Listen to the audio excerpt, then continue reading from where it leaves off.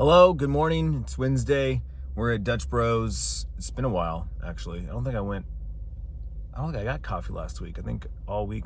I've been on a coffee, like, I was just telling Tiffany, I'm like looking forward to my coffee. Oh, my ring's in my pocket. I just had that feeling of, where's my wedding ring? There it is. I play with this thing, so I know when I'm missing it. Yeah, I was telling Tiffany last night I'm looking forward to my coffee in the morning. But brother had to call out today. His wife's not feeling well and up all night, and so just everyone shifts over one time. So now Austin has to pack and deliver, and so anyway, just get to the office, get to the warehouse sooner. I gotta go pick up mushrooms on my way in. That's something my brother usually does on Wednesdays. So I decided just to get the vlog up, pack everything up, go grab coffee on the way. I gotta get gas.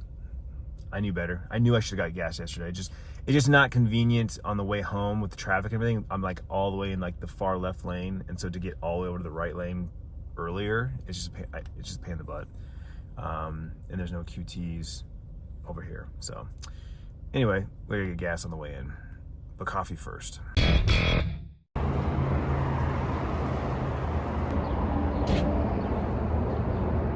was weird. I don't know why I never put my card in a second time.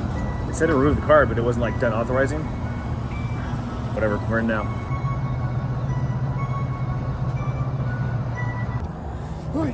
All right. Got gas. We have coffee. Let's go to work. Okay, I just got done with my news podcast. I listen to a news podcast every morning. It's about 20, 25 minutes. So it, depending on how traffic is, I get through the whole podcast, and then I usually start another one before I get to the warehouse. And today I'm kicking off this week's Your Mom's House, Christina P. and Tom Segura. I love it. Two comedians, they're married, so you get the comedy side of them just being comedians. Then you get the fact that they're married and live with each other, so you get little personal stories and you get little like tidbits of this, and they also know what triggers each other, so they will show TikToks, and we can listen, but they show each other TikToks to try to get under their skin. It's hilarious. You know, 2 minutes in, they're already talking about. She's talking about how she took a violent shit this morning, or the morning they recorded this. The guy took a violent shit. It was so bad. And she's like, you have those days where you have one, and it just kind of just ruins your day. Like, it sets the tone of your day, and you're just like, oh man, this is gonna be a shitty day. It's so, I don't know, that kind of humor. It's my kind of humor. Probably why I laugh so hard at my brothers, because that's all they talk about. Good people down here at the mushroom place, Giorgio Fresh.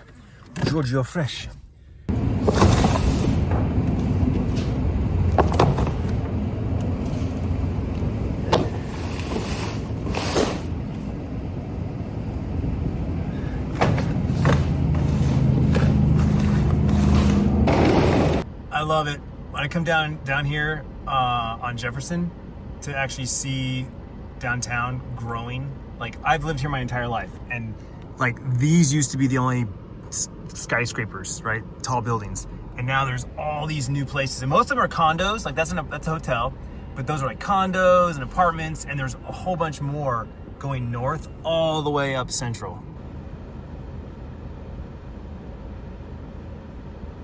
All the trucks are out. My brother just got back from his deliveries and picked up 2 pallets of boxes that I ordered this morning. Got a smoking deal on them because I took 2 pallets. I ordered 1, and she's like, I'll give you this price if you can order 2. Or I'll give you this price, but you have to order 2. I'm like, I'll take 4. But we got 2. And so now I got to pick up a case of plantains for a customer for tomorrow's delivery. And then I got to stop by at another customer's who, there was a mix-up on the bill, and I'm trying to get clarification on, like, did you take the product? Did you return the product? Because I don't have the product. So just gonna go get some clarification, because my dad already ran their pay and they paid what was on the invoice. So I need to know, did you take the product? Then great, we're good. If you didn't and it's still here, I gotta pick it up, then I gotta deduct that from the bill, something like that. I'll figure it out. But yeah, my point I was getting at is I just love, especially down Jefferson, just right in front of me, there's these 2 giant high rises that didn't used to be there. And every time I come down here with all the billboards and the lights, I'm just like, I get so giddy, because I'm like, this is my town. This is my city. So weird. I ordered a case of plantains on Monday for Tuesday. I get the email Tuesday morning that they've been ordered, but they won't be until Wednesday. I let my customer know, okay, we'll deliver them Thursday. I'm here to pick them up, and apparently they were too ripe, so they tossed them. And we got another case on order for tomorrow. Not sure how that works, even though she said she wants yellow plantains. So they're gonna bring me green ones, and hopefully she takes them because she wanted yellow. So kind of unfortunate circumstances. But anyway, I'll have a case here tomorrow morning, so I guess I'll have to have my guys come pick them up. So much great artwork down here. There's a couple of artists that go around Phoenix and they get the permission, but they paint on sides of buildings and stuff like that. Such great stuff. See, that mural's new, or newish. I don't know when it was actually painted, but like, you know, it's relatively new in this area. And Roosevelt Row is one of my favorite places in Phoenix. Another one over there, and there's more back there. And that building's somewhat newish, renovated, I don't know. My level of what's new is like in the last like 5 years, because it's actually been a while since I've actually walked around downtown. It's been a couple of years for sure. And this is Roosevelt. Fantastic. I actually used to know the owner of that house a long time ago, once upon a time. That's all painted, that's all new. But yeah, there's a good one. There's a couple good ones. That whole area is all painted. There's some more here. There's walls back there. There's just walls and walls of paint. There's another Black History Month.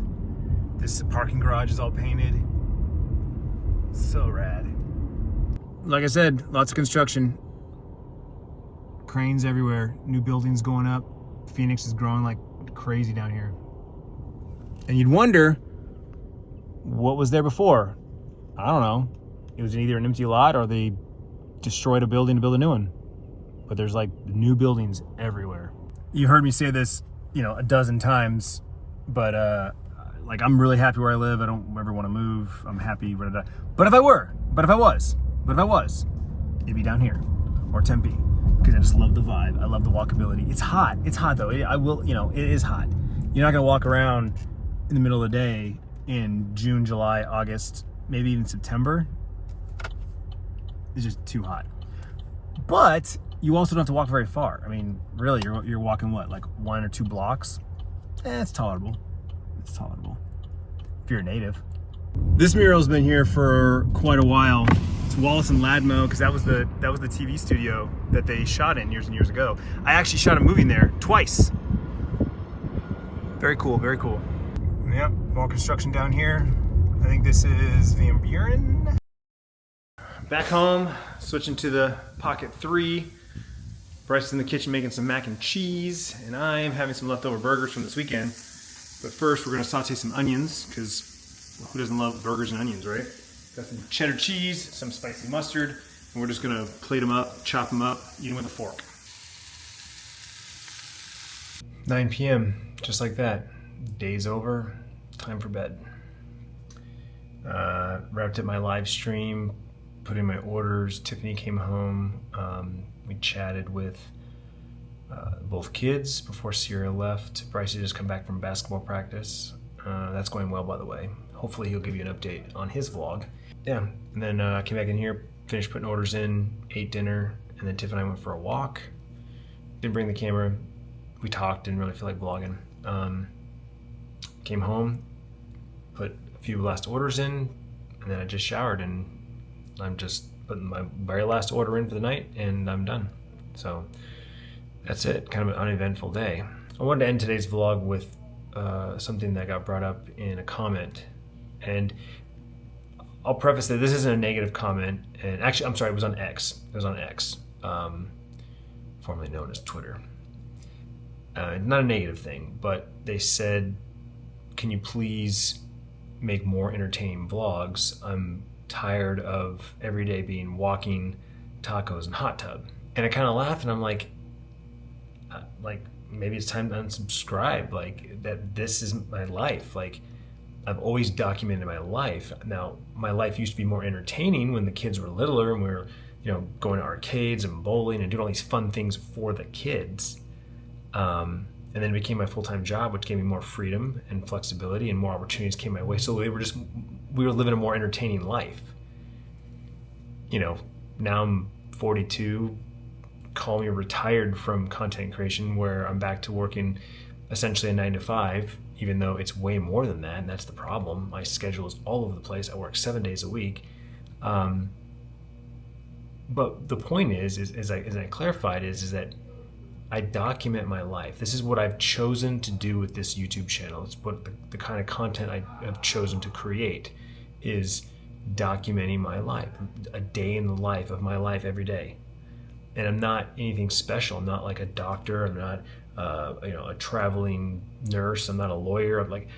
I'm just a dude.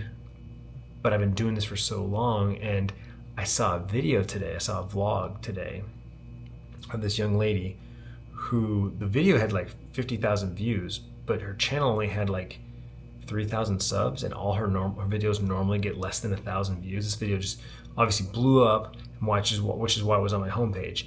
I watched it, I liked it, left a comment, and subscribed to the channel. But one of the things that she mentioned was that she is a Gen Z with millennial tendencies, because she's like the oldest Gen Z, which I'm the oldest millennial. Like my birthday year is the start of the millennials.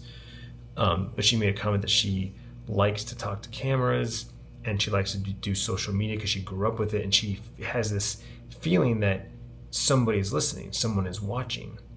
Even if the view count only shows a handful of people, she knows that people are watching, people are listening. And the thing that she posted today will be there essentially forever, which means new people that, maybe not, they're not on YouTube today, but they'll be on YouTube one day and find her video. Like she was just saying all these things, and I'm listening to her as I'm working, and all of a sudden at one point I like stop and I'm listening to what she's saying, and I start thinking like, it's really resonating what she's talking about. I've always been in kind of a look at what I did, look what I can do since high school. And I've said this on the podcast before, like, I wonder if it has something to do with being the oldest, and at one point having all my parents' attention, and then when my brother was born, the attention got split, and then my other brother was born, and it got split again, and I lost the attention from my parents. Like, I don't know, maybe that's something for a psychiatrist to diagnose, but it's something I've thought about. Because when I got to high school, I joined yearbook, and I joined video yearbook, and I started falling in love with video and creating things to show them.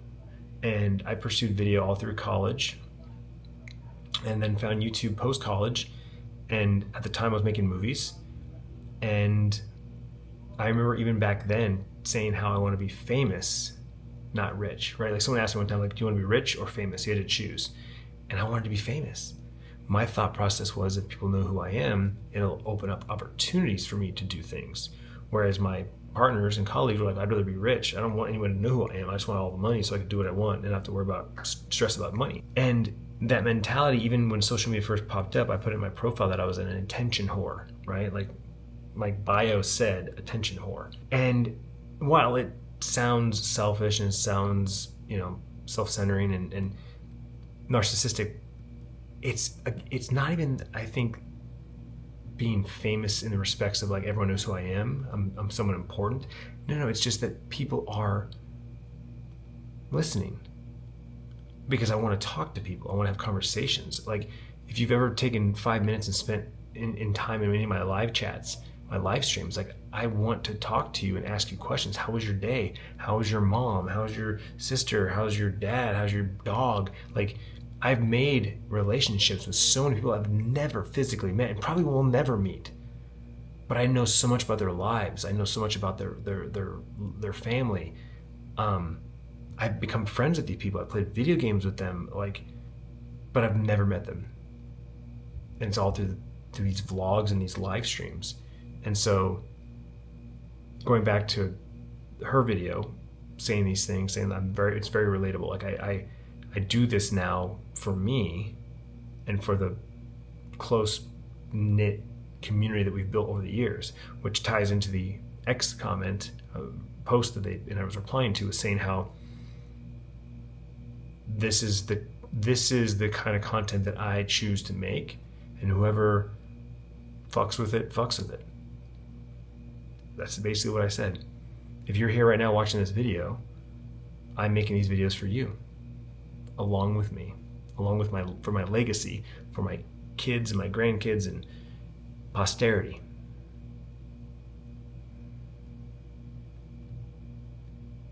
So yeah, that's it. That's my Wednesday. See you tomorrow.